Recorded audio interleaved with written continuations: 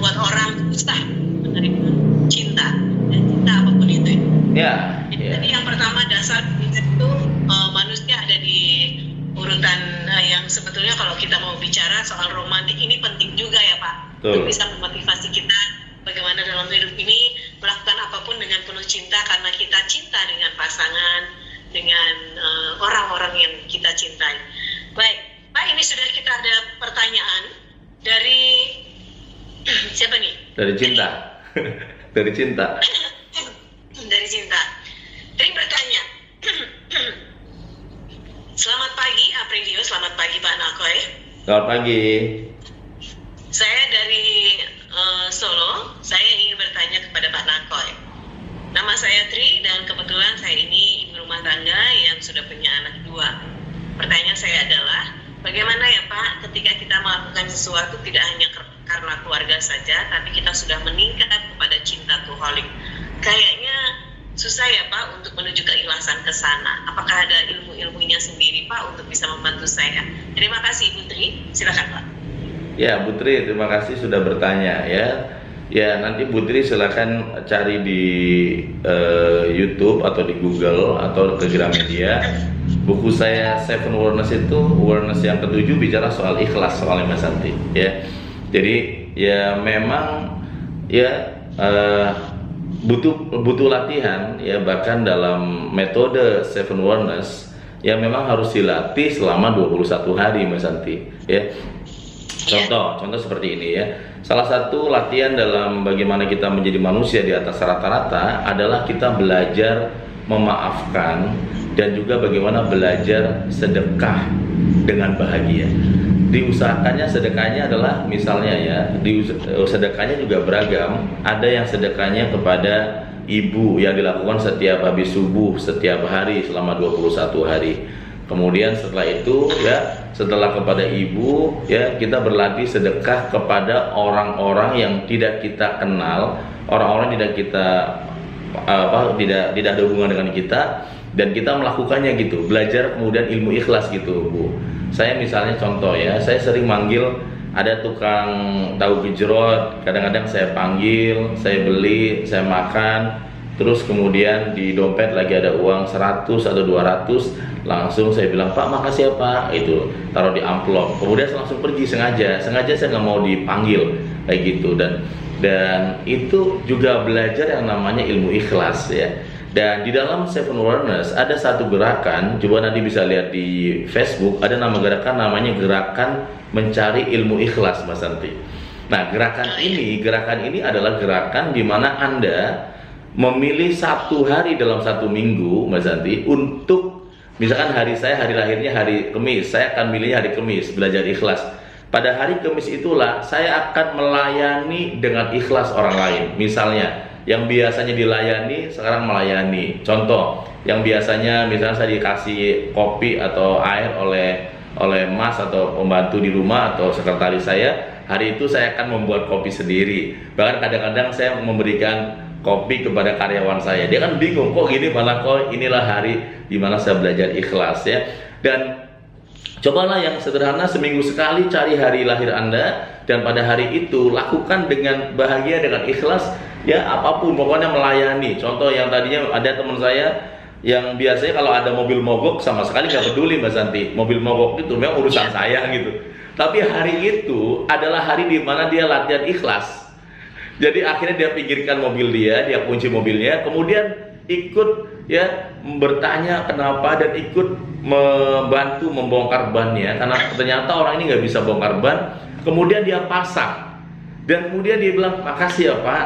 Orang ini kayak melongo aja, kayak speechless, mau nangis bingung, mau ngomong ini nggak kenal, tahu-tahu dia datang gitu.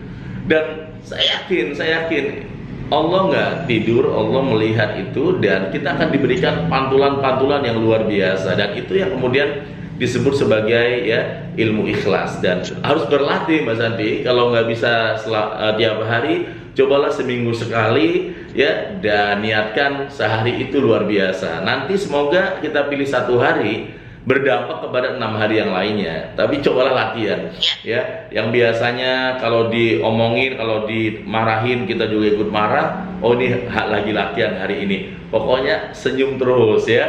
Oh, yang biasanya misalkan dianggap remeh, kita tersinggung, hari ini adalah hari latihan saya.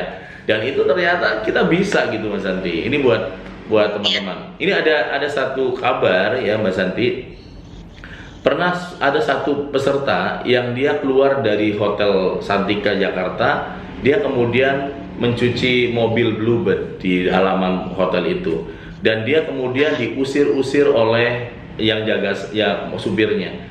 Dan dia datang kepada saya, dia sharing bahwa ketika saya diusir oleh supir Bluebird itu, rasanya betul-betul saya merasa ya bahwa saya ini nggak punya apa-apa. Ya, saya tidak ada yang pantas saya sombongkan, tidak ada yang pantas saya banggakan, ya, karena ternyata gelar saya, populer saya ini ketika orang nggak tahu saya, orang juga nggak menghargai saya.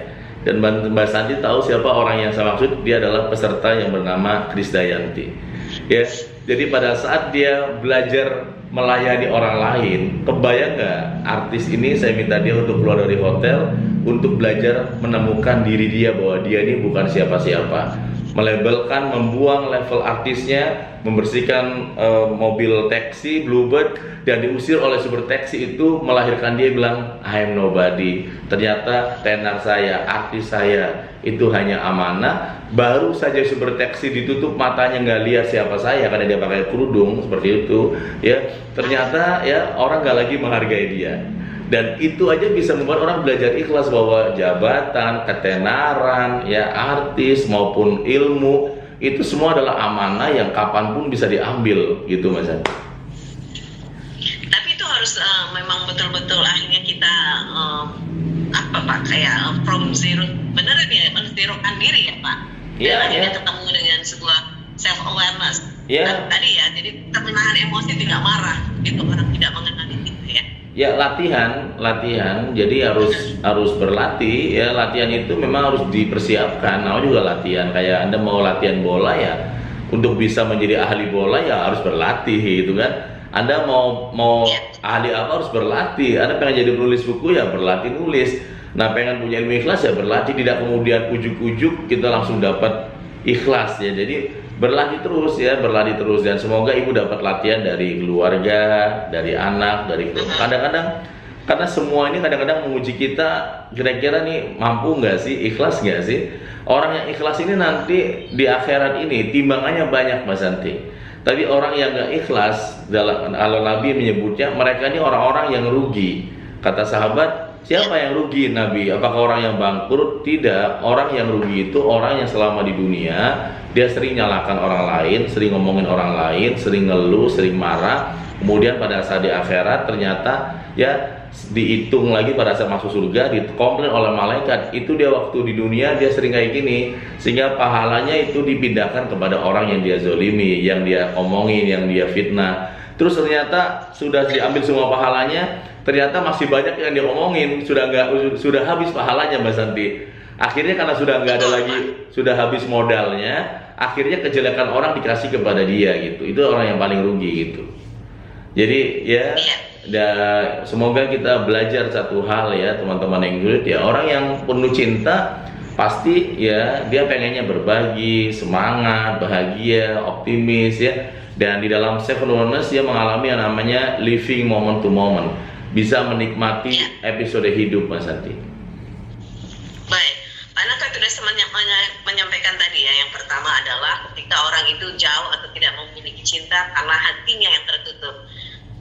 Bagaimana untuk bisa membuka hati, atau ada hal lain Pak yang membuat kita memang tidak memiliki cinta, Pak?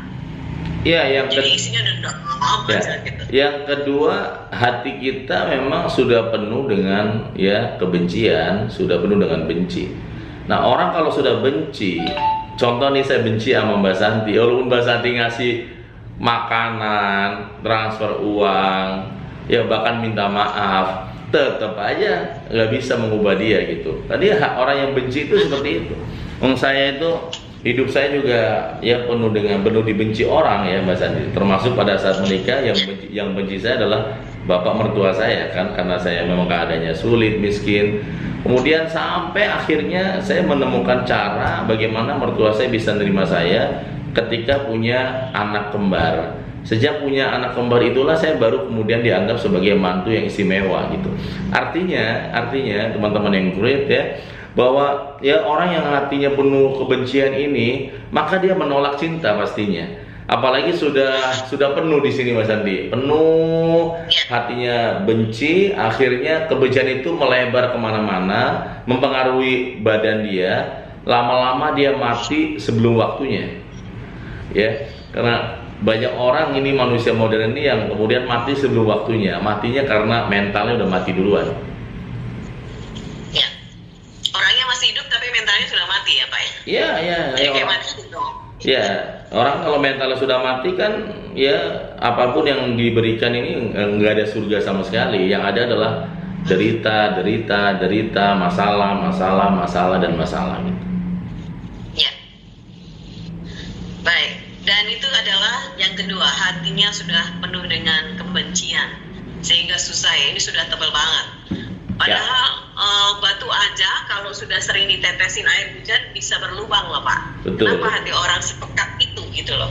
Ya, itulah yang kemudian dikhawatirkan oleh malaikat ketika Tuhan menciptakan manusia.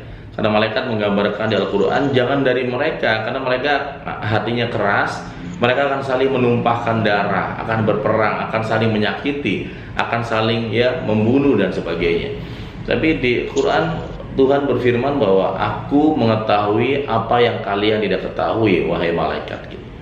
Ternyata dalam hati yang keras itu ada cahaya, ada nur, ada cahaya ilahi yang setiap kapanpun kalau manusia sungguh-sungguh mau berubah, bisa berubah Mas Santi. Itu hebatnya. Jadi kalau kita lihat orang sejahat-jahatnya orang, misalnya ada, ya kita mengenal istilahnya ada dulu penjahat namanya Hercules. Ya ada siapa lagi. Kalau cahayanya kemudian nyala dalam hati dia, itu bisa merubah hidup dia serubah-rubahnya yang dalam buku saya disebut 1 minute awareness. Jadi walaupun kebencian sudah penuh, kalau dia memang menemukan 1 minute awareness dan mau berubah, ternyata Tuhan memberikan jalan, dia bisa berubah menjadi orang yang baik, jadi orang yang luar biasa. Dan orang-orang sukses itu ya dia memang dipastikan tuh punya 3 cinta itu. Ya kalau nggak punya 3 minimal punya salah satunya, cinta romantik. Orang yang mencintai pasangannya aja, orang yang mencintai istrinya dengan sungguh-sungguh, itu aja bisa jadi ibadah Mas Santi. Ya, orang yang memuliakan, bahkan Nabi itu kalau kita membahagiakan istri kita, mentraktir atau membagi istri kita itu luar biasa. Saya ingin cerita sebelum kita tutup ya. Saya di Lampung Mas Santi. Ada yang bertanya dulu ini dari Instagram Live, kita bacakan dulu dari Metni Cayas Yuzi. Namanya susah ya. Namanya susah banget ya. Metni, terima kasih. Apakah cinta itu identik dengan kolbukah? Gitu Pak.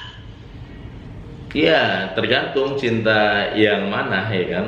Ya, kalau cinta kepada kholik itu sudah hati yang paling dalam, yang disebut sebagai, kalau dalam bahasa tasawuf namanya lub, hati yang paling dalam ya.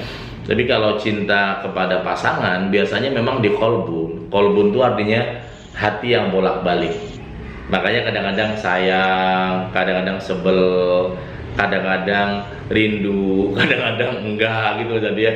Kadang-kadang pengen ya, kadang-kadang pengen minta maaf, kadang-kadang males. Nah, itu kualitas cinta kepada pasangan yang ada di level kolbun ya, di level ini. Nah, ini biasanya ya yang terjadi dalam rumah tangga ya, yang terjadi dalam ya seseorang yang mau menikah, tiba-tiba kadang-kadang yakin gak sih, jadi gak sih, bener gak sih dia pantas gak sih. Mungkin sebagian Anda juga ketika mau menikah, ini enggak sih jodoh saya, ini bukan sih, ini enggak sih ya. Dan ya itu yang sering juga terjadi ya Mas Santi. Jadi orang yang hatinya cintanya memang di level kolbun, maka siap-siaplah untuk kadang seneng, kadang tidak. Tapi kalau kita naikkan kualitas cinta kita di level yang lebih tinggi, yang namanya love ya, kita mau menyakitinya aja bukan karena kita takut.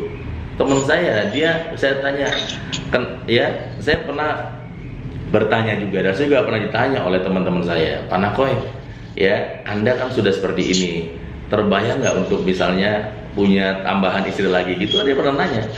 Saya bilang, saya pertama nggak terbesit juga, yang kedua cintanya saya ini membuat saya nggak berani ke arah sana gitu. Jadi karena cinta saya, akhirnya saya menahan diri untuk nggak menyakiti pasangan saya, nggak menyakiti anak-anak saya, ya. Jadi karena cintanya begitu besar kepada pasangan, sehingga kemudian kata-kata kasar pun takut menyakiti dia gitu. Dan itu pernah terjadi ketika ada seorang sahabat Umar bin Khattab. Sahabatnya ini begitu kaya, begitu terkenal, tapi dimarahin terus sama istrinya, Mbak Santi. Nah, dia kemudian bilang, wah, kayaknya saya mau curhat ke Umar bin Khattab, karena kan dia orang yang berani, orang yang luar biasa. Ini mesti cerai atau enggak nih sama istri saya? Karena saya udah, teman-teman sudah ngasih saran, cerai aja gitu. Kemudian ternyata dia datang ke Umar bin Khattab. Pada saat dia baru mau ketuk pintu rumahnya Umar bin Khattab, ternyata Umar bin Khattab lagi dimarahin istrinya, Mas Santi. Istrinya lagi ngomel dan Umar bin Khattab ini kemudian diam aja. Di dalam several words namanya silent. Jadi dia diam. Kemudian bingung ya. Ini tadi memperkenalkan diri dulu, Ibu yang tadi itu adalah Ibu Hajah Neni Iska, Mbak Santi. Nuwun Mbak Santi. Bu Hajah Neni iya. Iska dari Ibu Neni. Dari mana ini. Ibu Hajah. Bu Hajah Neni yang alumni 21 Days angkatan 10. Beliau dosen psikologi UIN, gitu. kalau nggak salah ya. Iya. Betul nggak itu? Baik, selamat datang Ibu Neni. Terima kasih ya. Angkatannya ke-10 Mbak Santi? Ya. Angkatannya ke-10 21 Days. Berarti baru kemarin ya, Pak? Baru kemarin hari Kamis. Ya. Hari Kamis kemarin ya. Jadi akhirnya dia nanya, kenapa Anda sebagai pemimpin ya Amirul Mukminin malah diem-diem aja dia marahin istri? Dia bilang, ya, derita atau beban istri saya mengurus anak-anak saya jauh lebih berat daripada saya gitu. Jadi ya gimana, itulah seorang laki-laki yang luar biasa ya.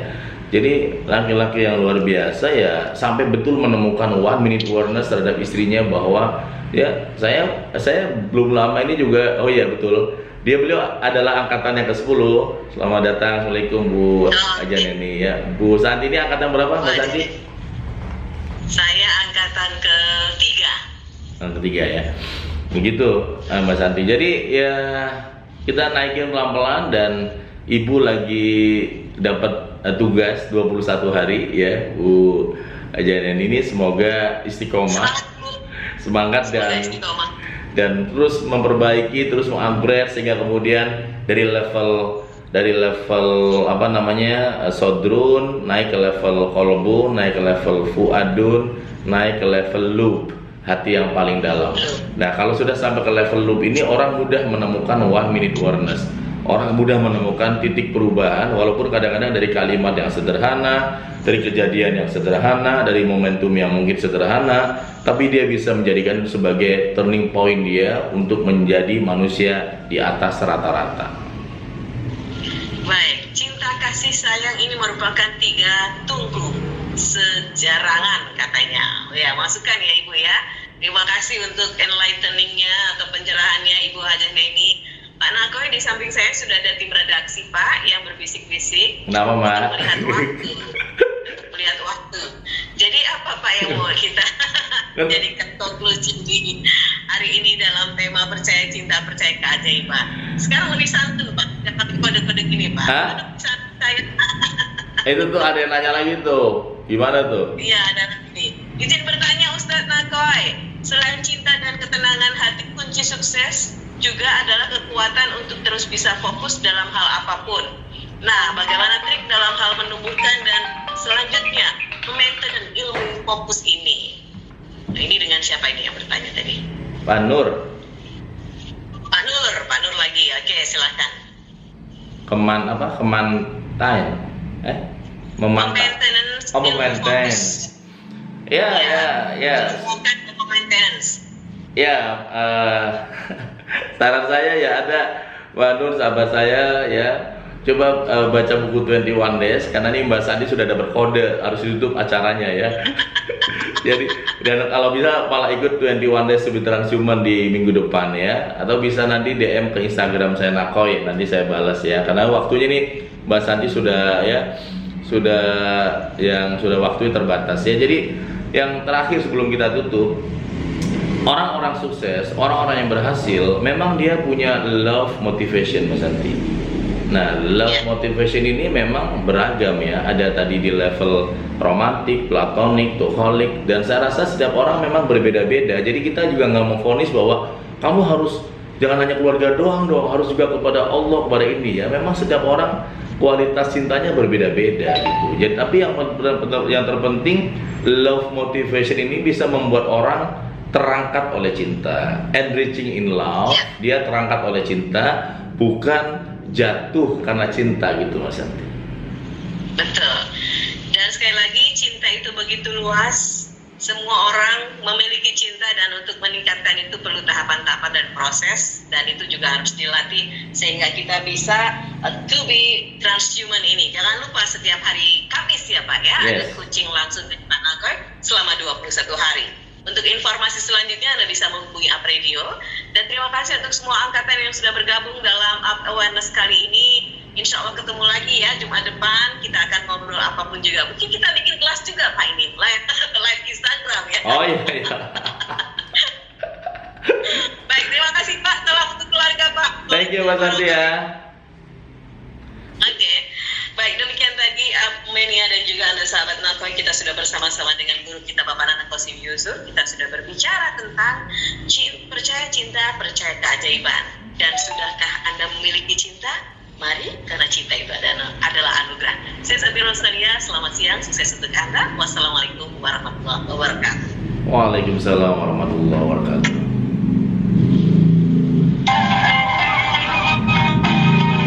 Terima kasih semua yang sudah bergabung. Insya Allah ketemu lagi minggu depan ya. Terima kasih Pak Nakoy. Assalamualaikum warahmatullahi wabarakatuh.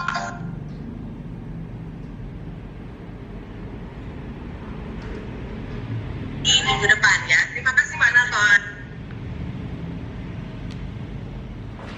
Oke teman-teman, terima kasih. Jadi kesimpulan dari diskusi saya di radio Up Radio Semarang, maka Anda sebagai manusia di atas rata-rata terus perbesar, perkuat kualitas cinta itu, sehingga kemudian cinta itu menjadi sebuah ibadah dan kekuatan Anda di masa depan. Terima kasih. Wassalamualaikum warahmatullahi wabarakatuh.